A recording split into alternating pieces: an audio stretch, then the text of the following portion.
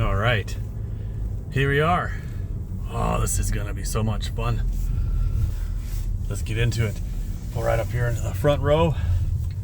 Yes. Buckle up. It's gonna be fun today. Let's get in there.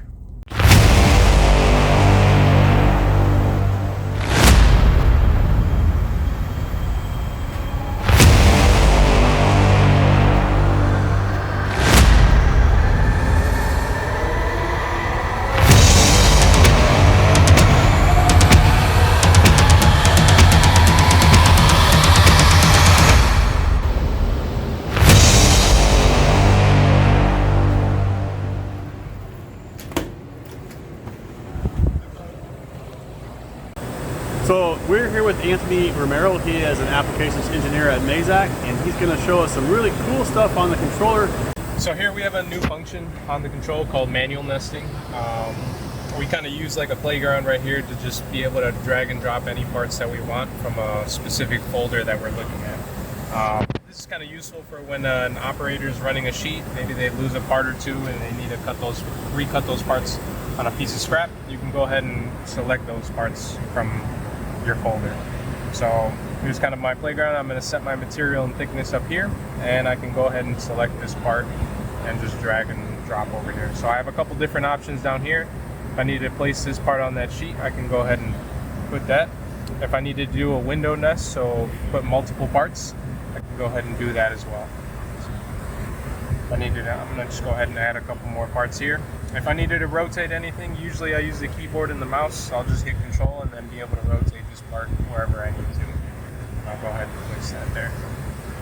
Deleting as well, I can go ahead and delete any parts that I need to. Once I'm good with the nest that I need to cut or all the parts that I need to add, I can go ahead and hit the save button.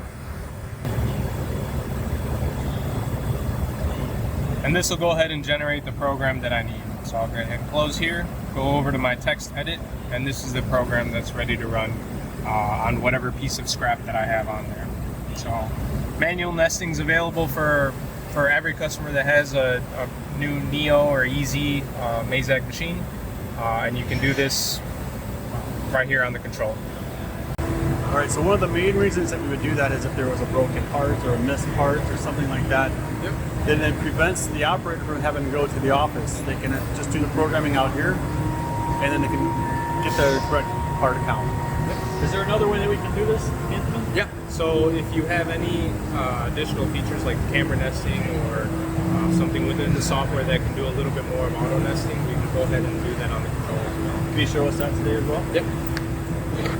Alright, so auto nesting is just the next tab over. I'm going to go ahead and start fresh, so I can go over here and add my job name. I'll do like test 2, for example. I have a couple different options. New nesting with camera, that's if your machine comes with camera nesting, the camera nesting function itself.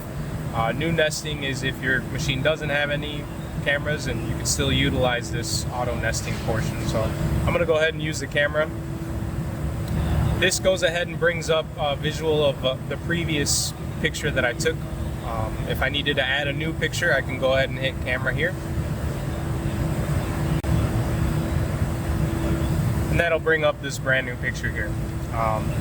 All we're gonna do here is pretty much tell the machine what areas we can cut in. So if you have all these irregularly shaped or little kind of pieces of scrap, we can choose areas in which we want to go ahead and do the nesting on. So what I will do first is set my nesting area. So I'll probably just do 2 clicks here. Set that area as the area that I want to add all my parts to, and I can go ahead and fix that to let the machine know where the coordinates of that area is relative to the bed itself. The next option I have is setting my part quantities. So if I have, let's say I wanted one of each of these parts, I can go ahead and try to nest it on here. One button that I have is this match material. If these materials don't match with what I have this sheet or what I have in the area assigned to, then it's going to say, hey, these parts don't match with that. So I can go ahead and turn that off just for this example. I'm going to go ahead and set my thickness to 1/4 inch. Just that's what I have right there. But that'll just be all my my nesting parts list that I need to add. Other components I can do is my clearances, so setting up all the spacing between the parts or the edges of that little area that we chose.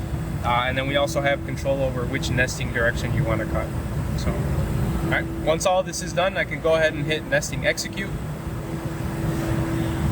And what that's doing is using the Mazak Smart System or RADAN software to go ahead and compile the program, nest everything in that area, and add all the tooling and everything.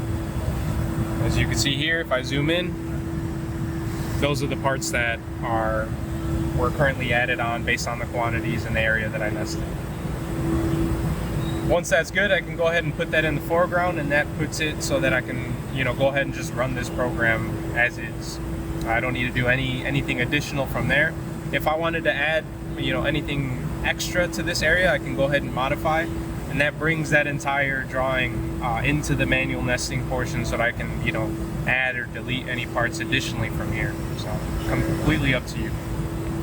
Oh, great. That's awesome, Anthony. Thank you so much for allowing us to stop in here today and showing us this really quick way to edit your nests when you have to have a need. It's really awesome. Going in for a weird left-hand shake, and we'll see you next time, buddy. Thanks. All right, well, that's gonna wrap it up for me today at Mazak, having a little play with their cool lasers, running with RADAN, doing that part and camera nesting. That's a really cool tool to have. I want to say thank you to all the staff here at Mazak. They've been absolutely great, but a special thank you to Anthony Romero, the applications engineer here at the Mazak Optonics in Elgin, Illinois. Thank you so much for showing us all those cool tools, and we'll see you guys in the next one.